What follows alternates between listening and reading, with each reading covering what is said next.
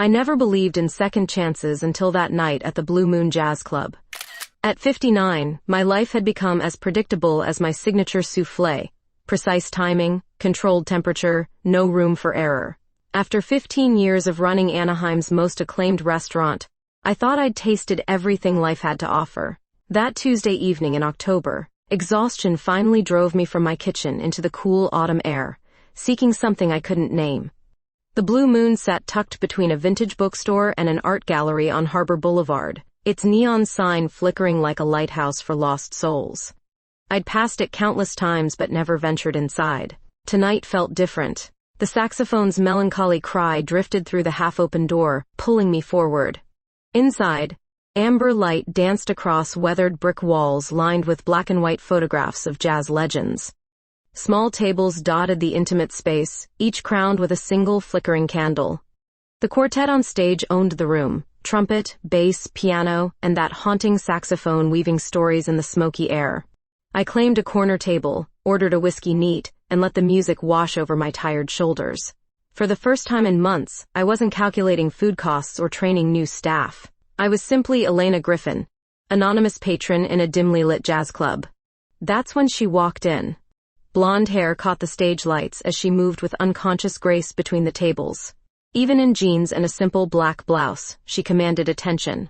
Not through effort, but through pure natural elegance. Something about her movement suggested a dancer's training, each step deliberate yet fluid. She chose a table 2 rows ahead, close enough that I could study her profile in the shifting light.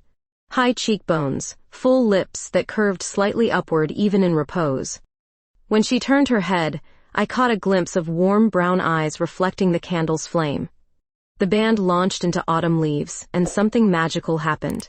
Without conscious thought, both of us began swaying to the rhythm, a synchronous dance we performed in our separate spaces. My fingers traced the whiskey glass's rim while hers moved through the air, conducting invisible musicians. During the trumpet solo, she glanced back. Our eyes met across the shadowed room, and time suspended itself like a high note held too long. Her smile was tentative, questioning, before she looked away. But not before I saw recognition there, not of my face, but of something deeper. A kindred spirit, perhaps. Another refugee from the daylight world.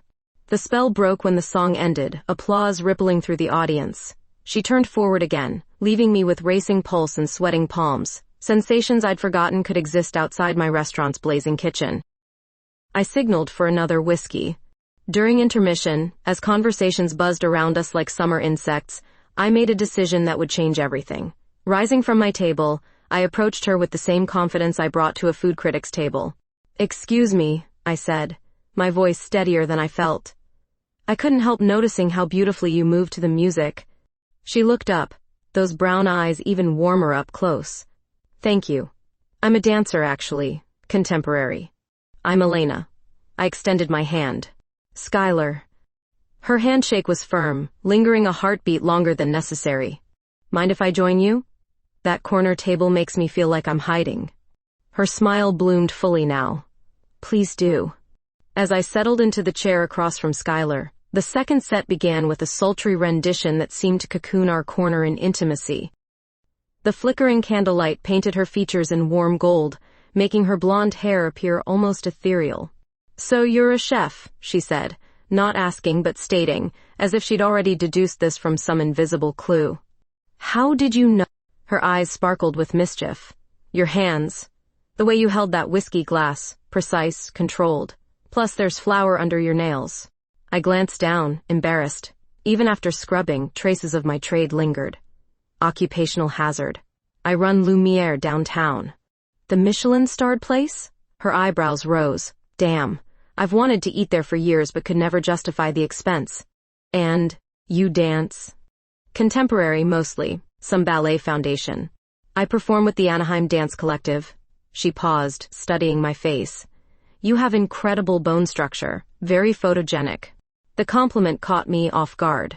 "I prefer staying behind the scenes." "Why cooking?" she asked, leaning forward slightly. The movement brought her closer, and I caught her scent, something clean and floral with an undertone of vanilla. "Started as survival. Foster kid, aged out at 18. Restaurant work was immediate income." I surprised myself with this honesty, but somewhere along the way it became poetry, transforming raw ingredients into something that moves people emotionally. She nodded, understanding flickering in her eyes. That's exactly how I feel about dance, taking ordinary human movement and elevating it until it speaks directly to the soul. Where are you from originally? Small town outside Portland, population 3,000 on a good day. Her laugh held traces of old pain. I was the weird kid who danced in empty lots and dreamed of stages. What brought you to Anaheim? Scholarship to Cal Arts. Stayed for the opportunities. She traced patterns on the table's weathered surface, though lately I've been questioning whether I settled too early. The band transitioned into a slower piece, something bluesy and haunting. Around us, conversations dimmed as couples moved closer together, the music weaving its spell through the intimate space. You're not wearing a ring, Skylar observed quietly. Divorced. Years ago. I met her gaze directly. You? Never married, came close once, but... She shrugged. Wrong timing, wrong person, maybe wrong gender. The words hung between us, delicate and significant. I felt my pulse quicken, recognizing the subtle revelation for what it was. I understand, I said simply. As the evening deepened, our conversation flowed like aged wine, complex layers revealing themselves slowly. She told me about her struggle to maintain artistic integrity while paying rent. I shared stories of building my restaurant from nothing, the loneliness that success sometimes brought. When the band announced their final song, neither of us moved to leave. I don't want this to end, Skylar said softly. Neither do I. Outside, October's cool night air raised goosebumps on our arms. Downtown Anaheim stretched quiet around us, streetlights creating pools of amber on empty sidewalks. Walk with me? I asked. We strolled toward the city center, our conversation continuing in hushed tones that seemed appropriate for the late hour. Occasionally our shoulders would brush, sending unexpected warmth through my chest. There's something about you, Skylar said as we paused under a streetlight. You're not what I expected. What did you expect? Someone harder, more guarded. Most successful people are. She turned to face me fully. But you're vulnerable underneath, real. The observation hit deeper than intended. Maybe you bring that out in me. We stood closer now, the space between us charged with possibility. Her eyes searched my face, and I saw my own wondering reflected there. Elena, she whispered. Yes? I'd like to see you again. Relief flooded through me. I'd like that too. We exchanged numbers, our fingers brushing as I handed back her phone. The contact sent electricity up my arm, and from her sharp intake of breath, she felt it too. Tomorrow? She asked hopefully. I work late most nights, but... I hesitated, then took a chance. Would you like to see my restaurant, after hours? Her smile could have powered the city. I'd love that. The next evening, I found myself checking my reflection in Lumiere's polished steel surfaces like a nervous teenager. At 9:30, after the last customer had left and my staff had cleaned the dining room, I waited by the locked front door, watching the street through rain-streaked glass. Skylar appeared precisely at 10, her silhouette graceful even through the distortion. She wore a flowing dress in deep burgundy that moved with her like liquid silk. When I opened the door, her smile lit up the empty restaurant. Welcome to my second home, I said, gesturing toward the darkened dining room. Emergency lighting cast dramatic shadows across white tablecloths and gleaming surfaces. It's beautiful, she whispered, moving between tables with that dancer's awareness of space. Even empty, you can feel the life that happens here. I led her into my kitchen, flipping switches until harsh fluorescence revealed my domain. Stainless steel surfaces, hanging pots, the organized chaos where I spent most of my waking hours. This is where the magic happens, I said, running my hand along the central prep station. Skylar moved through the space like she was choreographing a piece, her fingers trailing along surfaces, exploring textures. There's poetry in this organization. Everything has its place, its purpose. Would you like me to cook for you? Her eyes widened. You mean like a private chef experience? Something like that. I was already pulling ingredients from the walk-in cooler. Sit. Let me show you what I do. She perched on a stool at the pass, chin resting on her hands, watching as I assembled duck breast, wild mushrooms, baby vegetables. My hands moved with practiced precision. but I was acutely aware of her attention, the way she followed each movement. "Tell me what you're doing," she said softly. "Building layers of flavor. The protein is the foundation, but it's the supporting elements that create complexity." I scored the duck skin, the knife moving in quick, sure strokes. Like dance, I imagine. Individual movements that combine to tell a story. As the duck seared, filling the kitchen with rich aromas, Skylar stood and moved closer. "Can I watch from here?" She was beside me now, close enough that I caught that vanilla scent again, mixed with something uniquely her. Her presence was both calming and electrifying. "The secret is patience," I continued, adjusting the flame. "Rushing ruins everything." "Show me," she said, and something in her tone made me look up. Our faces were inches apart. The kitchen's heat had flushed her cheeks pink, and her brown eyes held an intensity that made my breath catch. "Elena," she whispered, and the way she said my name made everything else disappear. I don't know who moved first, but suddenly her lips were against mine, soft and warm and tasting faintly of the wine she'd had with dinner. The kiss was tentative at first, questioning, before deepening into something that sent fire through my veins. When we broke apart, both breathing hard, the duck was still sizzling in the pan behind us. "I should turn off the heat," I murmured, not moving. "Yes," she agreed, also not moving. Instead, she kissed me again, her hands sliding up to cup my face. This time there was nothing tentative about it. This was want and need and something deeper I'd forgotten could exist. The kiss stretched until the smoke alarm's shrill cry jolted us apart. I spun to rescue the duck, laughing despite my burning cheeks. "Well, that's one way to add smoky flavor," I said, fanning the alarm until it stopped. Skylar's laughter joined mine, rich and unself-conscious. "Is this how you usually entertain guests in your kitchen?" "Never," I admitted, meeting her eyes. "This is definitely a first." The duck was salvageable, and I plated it with shaking hands while she watched, still close enough to touch. When I handed her the plate, our fingers brushed, sending another jolt through me. "This is incredible," she said after her first bite. "It's like tasting music." We shared the meal at the prep station, talking quietly about food and art and the strange magic of creativity.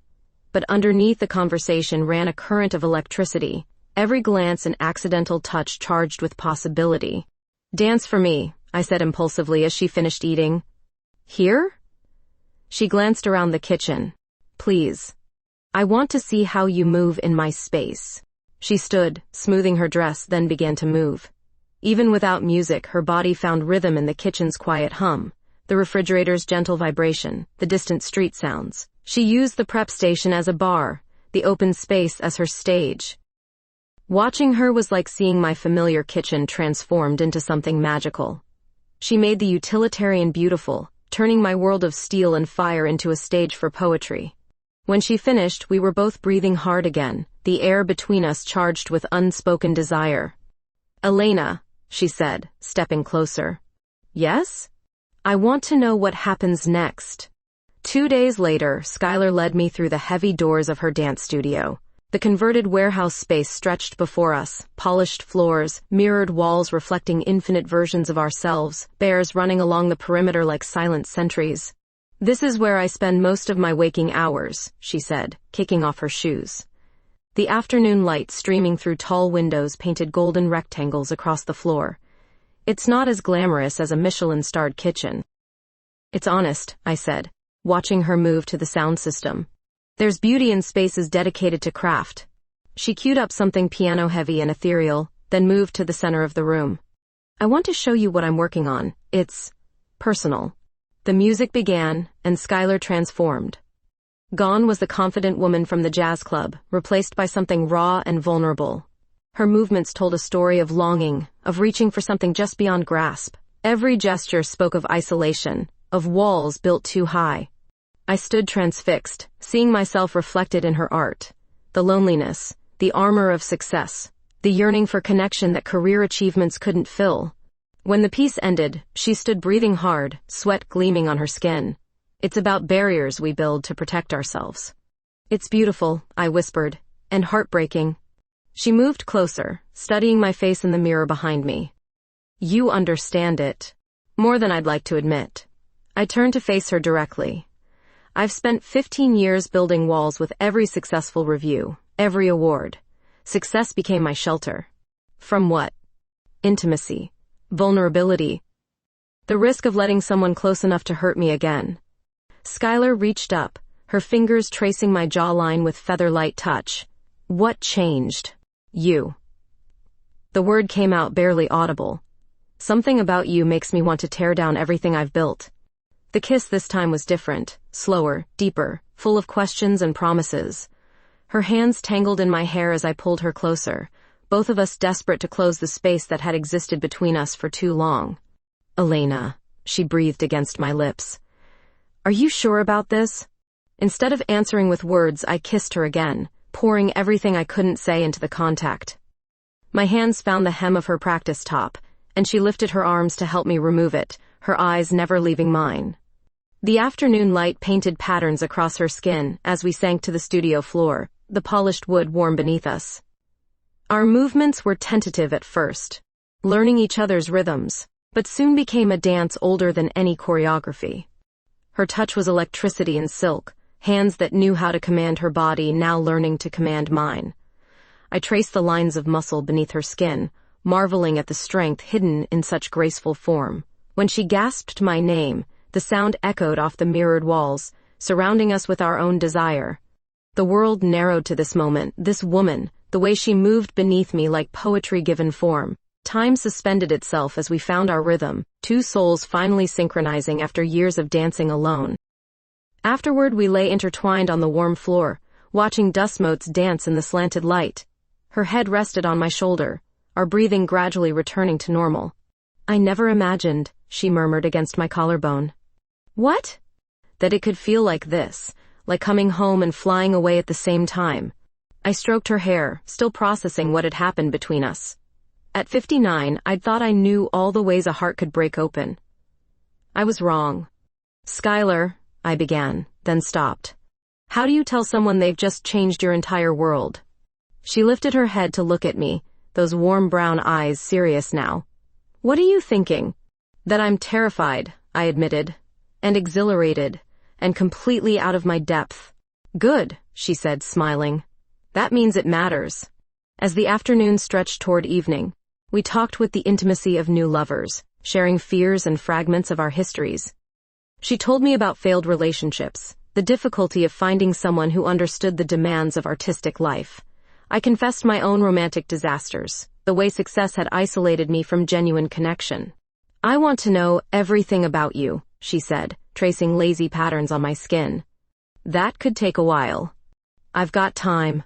But even as I held her closer, a small voice whispered warnings. The age difference, our different life stages, the complications that would surely follow. I pushed the thoughts away, choosing to live in this moment where anything seemed possible. Outside, shadows were lengthening, and I knew I'd need to return to the restaurant soon. But for now, I was content to lie here with this extraordinary woman who'd somehow seen through my carefully constructed walls. Chapter 5. 3 weeks into what had become a whirlwind romance, I discovered the letter while Skylar showered at my apartment. It lay half-hidden beneath a stack of dance magazines on my kitchen counter, the thick cream envelope bearing the distinctive logo of the Juilliard School. My hands trembled as I recognized what it meant. Adult Continuing Education Program, graduate study in contemporary dance, the acceptance she'd never mentioned obtaining, the dream she'd apparently kept secret even from me. Elena? Her voice called from the bathroom. Did you find that wine we opened yesterday? It's in the refrigerator, I managed, carefully replacing the letter exactly as I'd found it. She emerged wrapped in my terry cloth robe, her damp hair catching the morning light streaming through my windows. The sight of her in my space, wearing my things, usually filled me with contentment. Today it felt like preview of absence. You're quiet, she observed, moving to kiss my forehead. Everything okay? Fine. Just thinking about tonight's service. It was a lie, and from the way her eyes searched my face, she knew it. But neither of us pushed the moment toward honesty. That evening at the restaurant, I threw myself into preparation with unusual intensity. Diana, my business partner, watched me fillet salmon with aggressive precision. What's eating you? She asked, tying her apron. You're attacking that fish like it personally offended you. Just focused. Bullshit. You've been off all week. Is it the blonde dancer?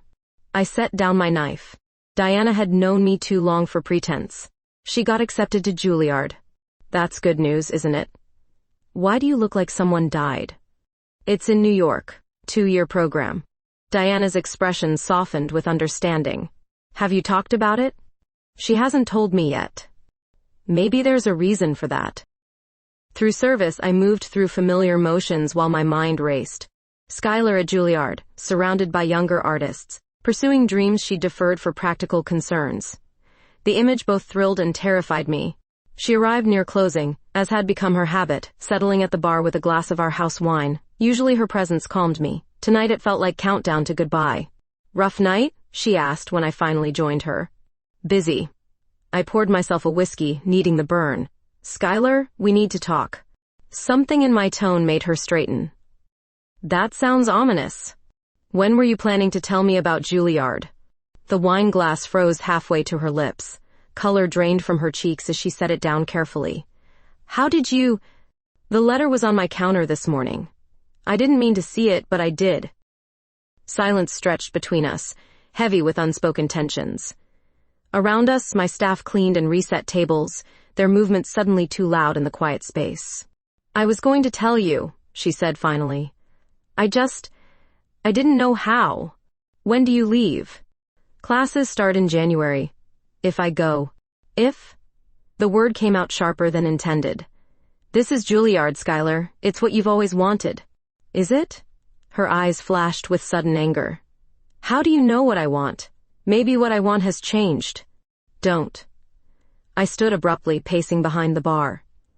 Don't make me the reason you give up your dreams. And don't make assumptions about what my dreams are. The fight escalated quickly, fueled by weeks of unspoken fears. She accused me of pushing her away at the first sign of difficulty.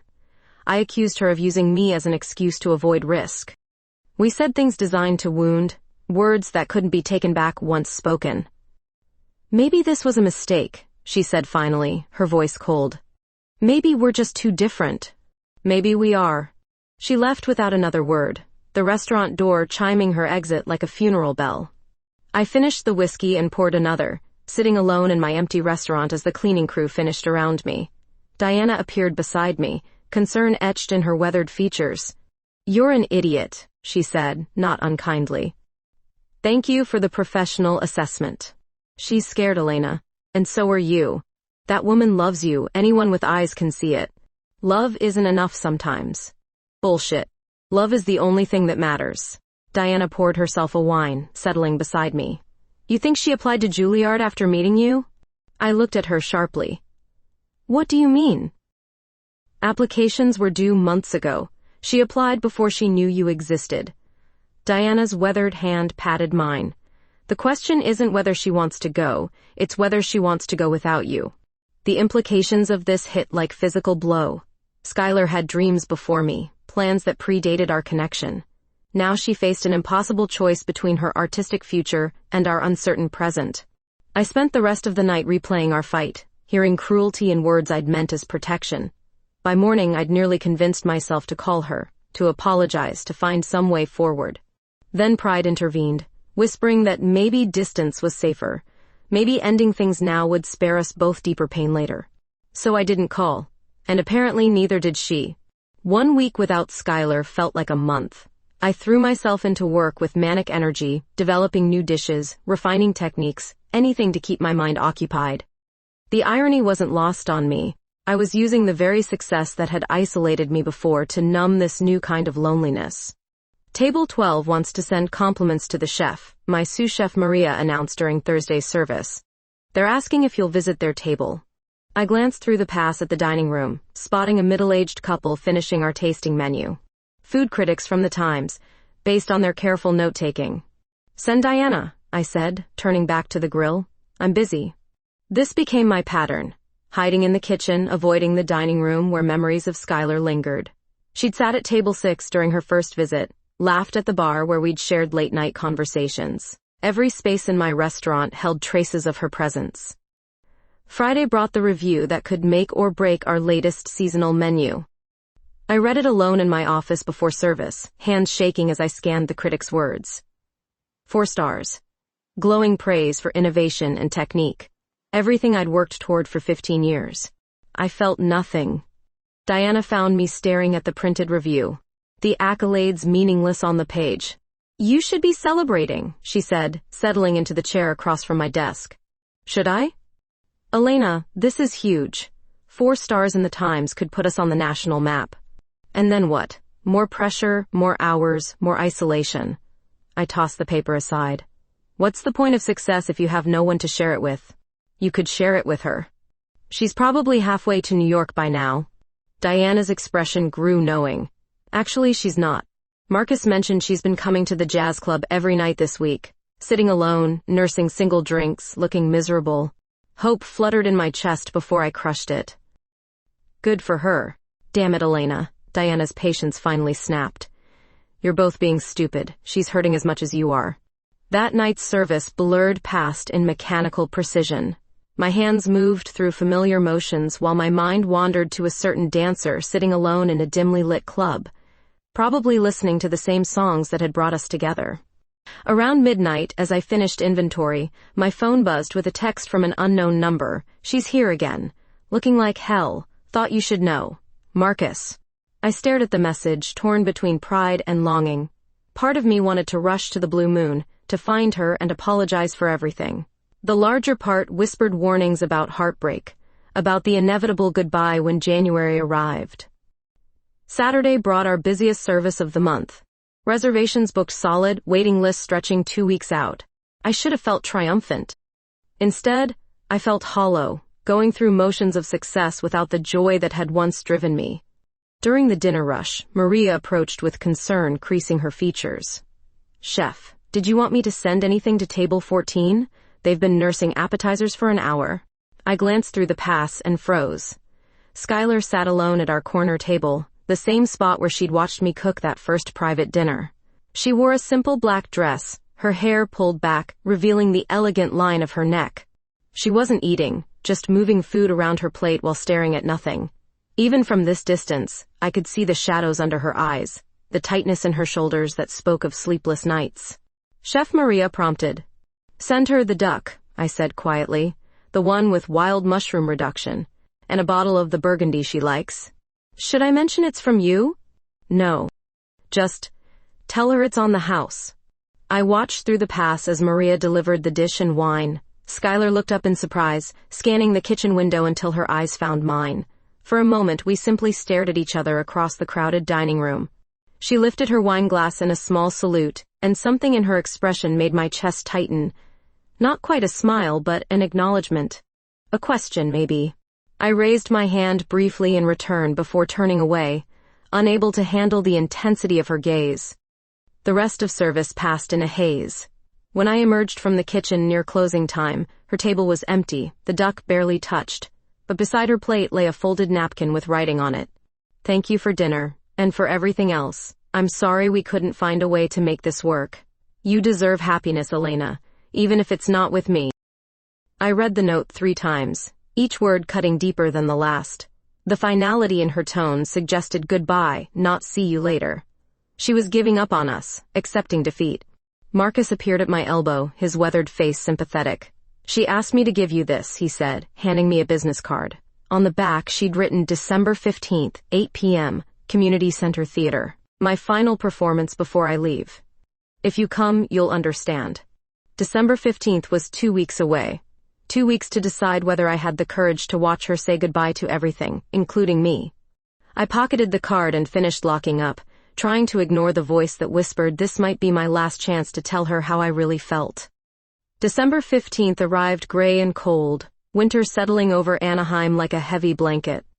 I spent the day at the restaurant, mechanically preparing for evening service, while my mind circled around the performance that awaited me at 8.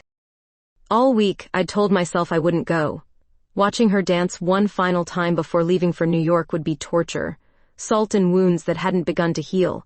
But as closing time approached, I found myself changing into the black dress I'd worn to our first dinner, the one she'd complimented. The Community Center Theater was smaller than I'd expected, intimate in a way that reminded me of the Blue Moon Jazz Club. Programs rustled in audience members' hands as I slipped into a seat near the back, hoping to remain invisible. The lights dimmed, and my heart hammered against my ribs. Whatever she'd prepared for tonight, she wanted me to see it. The thought both terrified and compelled me. The curtain rose on an empty stage, single spotlight cutting through darkness. Then Skylar appeared, moving into the light with the grace that had first captivated me. She wore flowing white, the fabric moving with her like liquid moonlight. The music began, piano and strings, haunting and beautiful, but it was her movement that stole my breath. This wasn't the piece about barriers I'd seen in her studio. This was something else entirely, something rawer, more personal.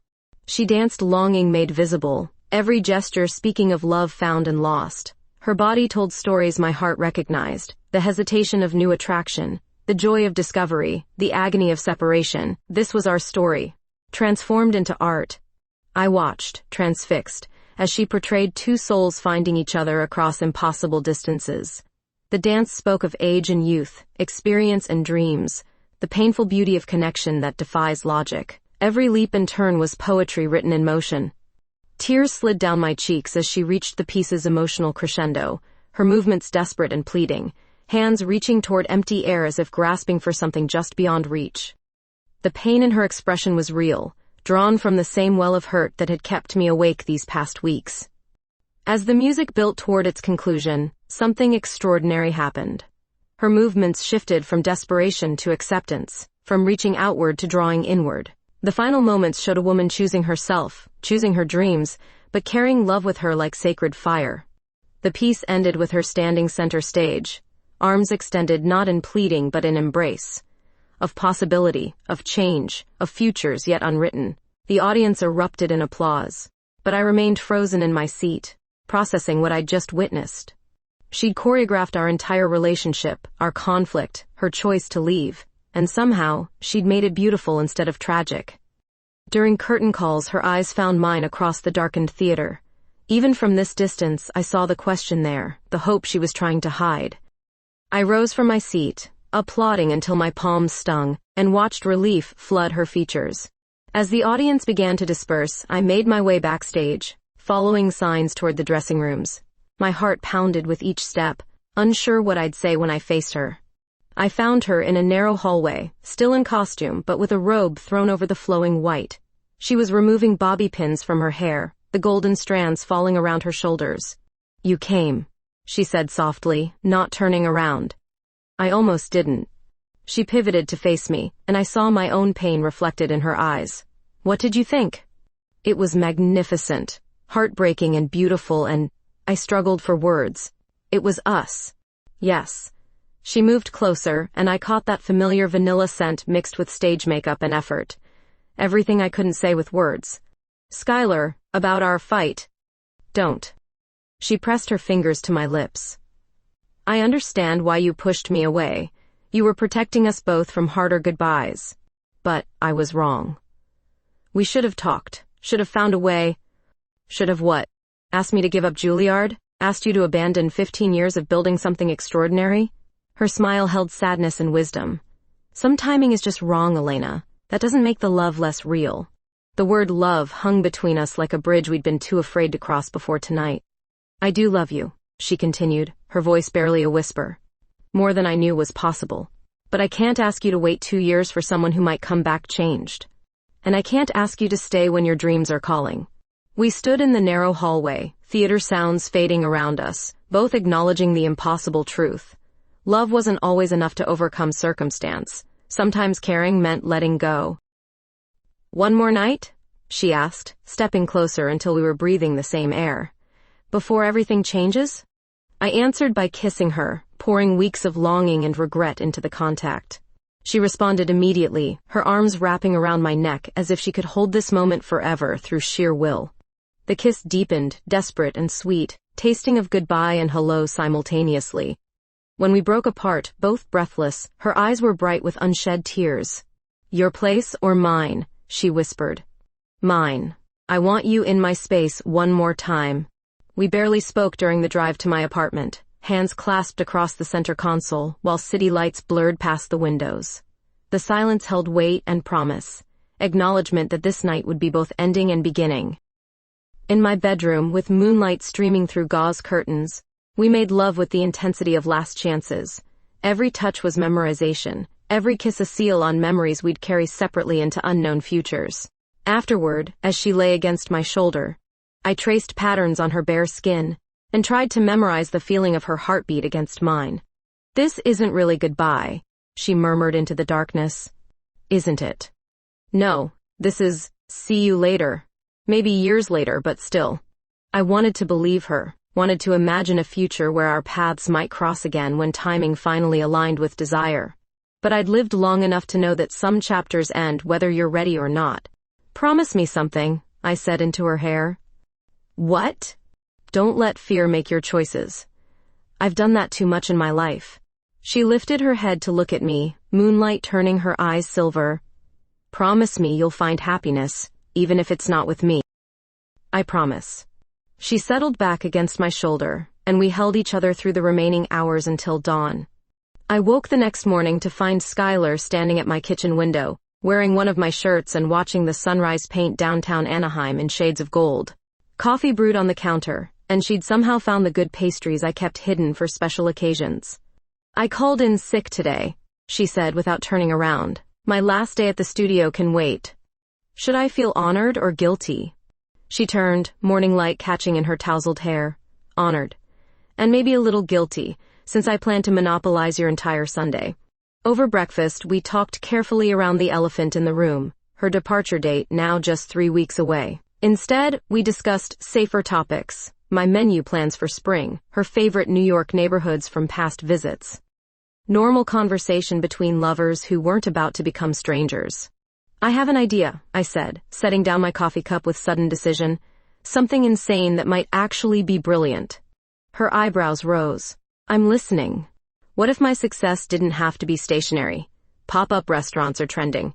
Traveling culinary experiences." The words tumbled out faster as the concept took shape. I could create something mobile, follow food festivals, collaborate with other chefs, bring Lumiere's techniques to different cities. "Elena." Her voice held warning and hope in equal measure. "What are you saying?" "I'm saying maybe I don't have to choose between my career and being with you. Maybe there's a third option neither of us considered." She stood abruptly, pacing to the window and back. "You can't uproot your entire life for me. Lumiere is your baby. Diana's been wanting more responsibility anyway. She could run the flagship while I develop the traveling concept." I moved closer, catching her hands in mine. "This isn't just about you, Skylar. It's about remembering why I started cooking in the first place. Adventure, discovery, passion. And if it doesn't work, if the pop-up concept fails, then I'll come home to a successful restaurant and a business partner who's proven she can handle anything." I squeezed her hands. "But what if it does work? What if we're both brave enough to try something unprecedented?" Her eyes searched my face, looking for doubt she didn't find. "You're serious about this?" "Dead serious. I've spent 15 years building walls with success. Maybe it's time to use that success as a bridge instead." She was quiet for a long moment, processing implications I was still discovering myself. Finally, she spoke in a whisper. "You'd really do that? Leave everything you've built?" "Not leave. Expand." "There's a difference." "What about Juilliard?" "What about it? You defer for a year, we see how this works, then reassess. If the traveling concept takes off, maybe you find ways to dance in multiple cities. If it doesn't, you start school with experiences no classroom could provide." The hope in her expression was painful to witness. "Elena, this sounds like a fantasy." "The best plans usually do." I pulled her closer, breathing in that familiar vanilla scent. "Besides, what's the worst that could happen? We fail spectacularly and end up with great stories?" Her laugh was shaky but genuine. "When you put it that way." "Is that a yes?" Instead of answering immediately, she kissed me with an intensity that spoke of possibility and terror intertwined. When we broke apart, both breathing hard, her eyes were bright with unshed tears. "It's a maybe. A strong maybe that needs practical details." We spent the afternoon planning with the obsessive focus of people who'd found hope in unexpected places. I called Diana, who surprised me by endorsing the idea immediately. "I've been watching you slowly die inside that kitchen," she said over speakerphone. "This could save both the business and your sanity." Skylar contacted her dance company director, explaining the potential delay in her New York plans. The conversation was tense but ended with grudging support and a promise to hold her position for 1 year. By evening, we had the skeleton of a plan, 3-month trial period, starting with food festivals in California. If successful, we'd expand to other states, eventually creating a network of pop-up experiences that showcased both culinary and performance art. "This is crazy," Skylar said as we reviewed our notes over takeout Chinese food. "The best kind of crazy. What if we're terrible at traveling together? What if you get sick of sharing cramped hotel rooms with a dancer who practices at ungodly hours? What if we discover we're perfect adventure partners? What if this becomes the greatest experiment of our lives?" She set down her chopsticks, studying my face with that intense focus I'd learned to recognize. "You're not doing this just for me. No. I'm doing it for us. But also for me, for the version of myself I lost somewhere between reviews and awards." I reached across the small table to take her hand. "I want to remember why cooking felt like magic before it became business.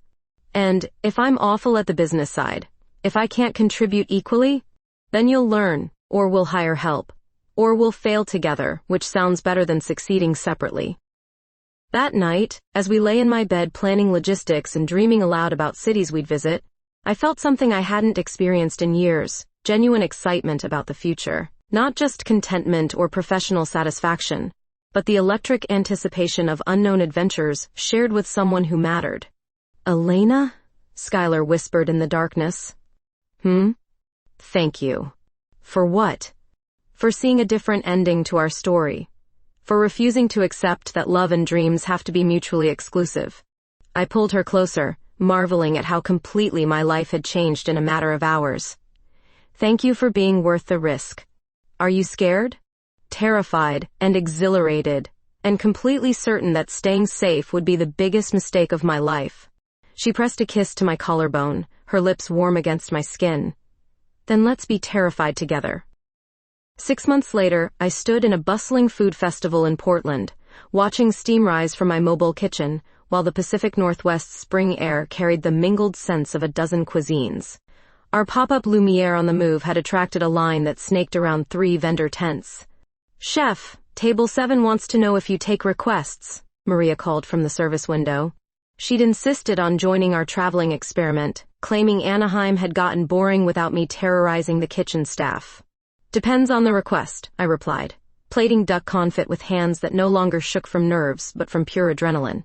Through the service window, I spotted Skylar teaching an impromptu dance class to a group of festival goers, her movements fluid beneath the white canvas tent we'd designated as our performance space. She wore flowing pants and a fitted top, her blonde hair catching afternoon sunlight as she demonstrated basic contemporary positions. The sight still stopped my breath, even after months of watching her work. "She's got natural teaching instincts," Diana observed, appearing at my elbow with invoices. She visited monthly to check our books and, I suspected, to make sure I hadn't completely lost my mind. Better than we hoped. Our formula had evolved organically. I prepared elevated comfort food, while Skylar offered mini dance workshops, creating an experience that engaged multiple senses: food and art, sustenance and beauty, practical nourishment and emotional fulfillment. "The Portland Oregonian wants an interview," Diana continued. "Something about the intersection of culinary arts and performance. Schedule it for tomorrow, after we break down tonight's service." This had become our rhythm over the past months, intense work periods followed by intimate evenings in whatever small hotel or bed and breakfast we'd discovered. We'd learned each other's professional languages, finding ways to support without interfering. As the afternoon crowd thinned, I joined Skylar in the performance tent. She was cooling down with stretches that made my own muscles ache in sympathy. "Good day?" she asked, not breaking her routine. "Sold out by 4. You?" 12 workshops, ranging from absolute beginners to near professionals. She straightened, wiping sweat from her forehead with a small towel. "There's something about outdoor classes that makes people braver. Same with outdoor cooking. Less intimidating than formal restaurants." We moved through breakdown routines we'd perfected through repetition, our efficiency born from necessity and refined by partnership. Loading equipment, settling accounts, preparing for tomorrow's setup in Eugene. That evening, in our hotel room overlooking the Willamette River, Skylar spread financial projections across the small table while I reviewed customer feedback on my laptop. We're actually profitable, she announced with surprise that never completely faded. Not just breaking even, actually making money. Shocked? Pleasantly. Your idea about combining fine dining techniques with festival accessibility was brilliant. I closed the laptop and moved to massage her shoulders, feeling familiar knots of tension beneath my fingers. Our idea. You're the one who suggested the workshops create community while people wait for food. Teamwork. She leaned into my touch with a contentment that still amazed me. Who knew we'd be good at this? Our relationship had deepened through shared challenges and small victories. We'd weathered equipment failures, weather disasters, permit problems, and the occasional clash of creative visions. Each obstacle navigated successfully had strengthened our partnership, both professional and personal. Elena, she said quietly, I need to tell you something. My hands stilled on her shoulders. That sounds ominous. Juilliard called last week. They're offering me a spot for fall semester if I want it. The words hit like cold water, despite knowing this conversation would eventually come. Our year was nearly up, our trial period almost complete. And? I managed. She turned in her chair to face me, brown eyes serious but calm. I told them no. You what? I realize that sounds crazy, but hear me out. She stood, taking my hands in hers. This past year has taught me something important about dreams. They evolve, they grow. Sometimes they become something better than you originally imagined. Skylar, you can't give up Juilliard for this. For me. I'm not giving it up for anyone. I'm choosing something else entirely. Her grip tightened. I want to build this with you. Not just the business, but this life we've created. Teaching dance while you cook, traveling together, creating experiences instead of just performances. Are you sure? Juilliard won't wait forever. I'm sure. More sure than I've been about anything.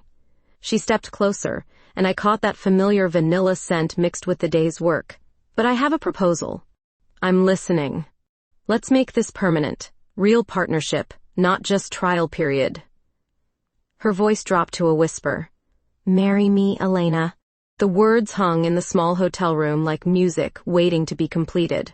Of all the things I'd expected her to say, this hadn't appeared on the list. You don't have to answer now, she continued quickly. I know it's sudden, and we're both covered in festival dust, and this probably isn't the romantic proposal you might have imagined.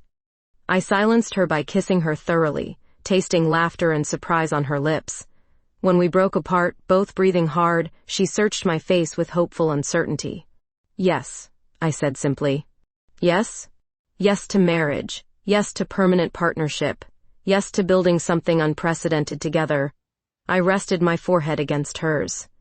Yes to loving you for the rest of whatever adventures we find.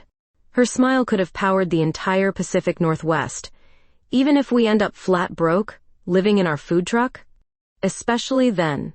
2 hours later, we sat at the Blue Moon Jazz Club's Portland location, sharing whiskey and listening to a saxophone that sounded remarkably like the one from our first meeting, the circle completing itself in ways I'd never imagined possible. To new beginnings, Skylar said, raising her glass. To better endings, I corrected. We drank to both, to adventures yet to come, and to the remarkable truth that sometimes love doesn't require choosing between dreams. Sometimes it creates space for better ones instead.